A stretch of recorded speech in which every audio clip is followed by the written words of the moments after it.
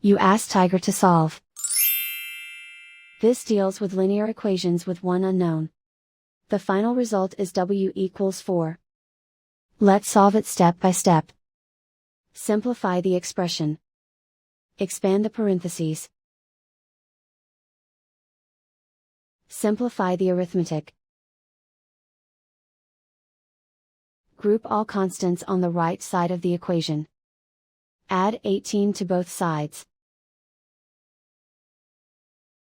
Simplify the arithmetic.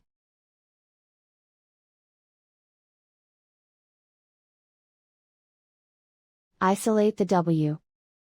Divide both sides by 9. Simplify the fraction. Find the greatest common factor of the numerator and denominator. Factor out and cancel the greatest common factor. And so the final result is w equals 4.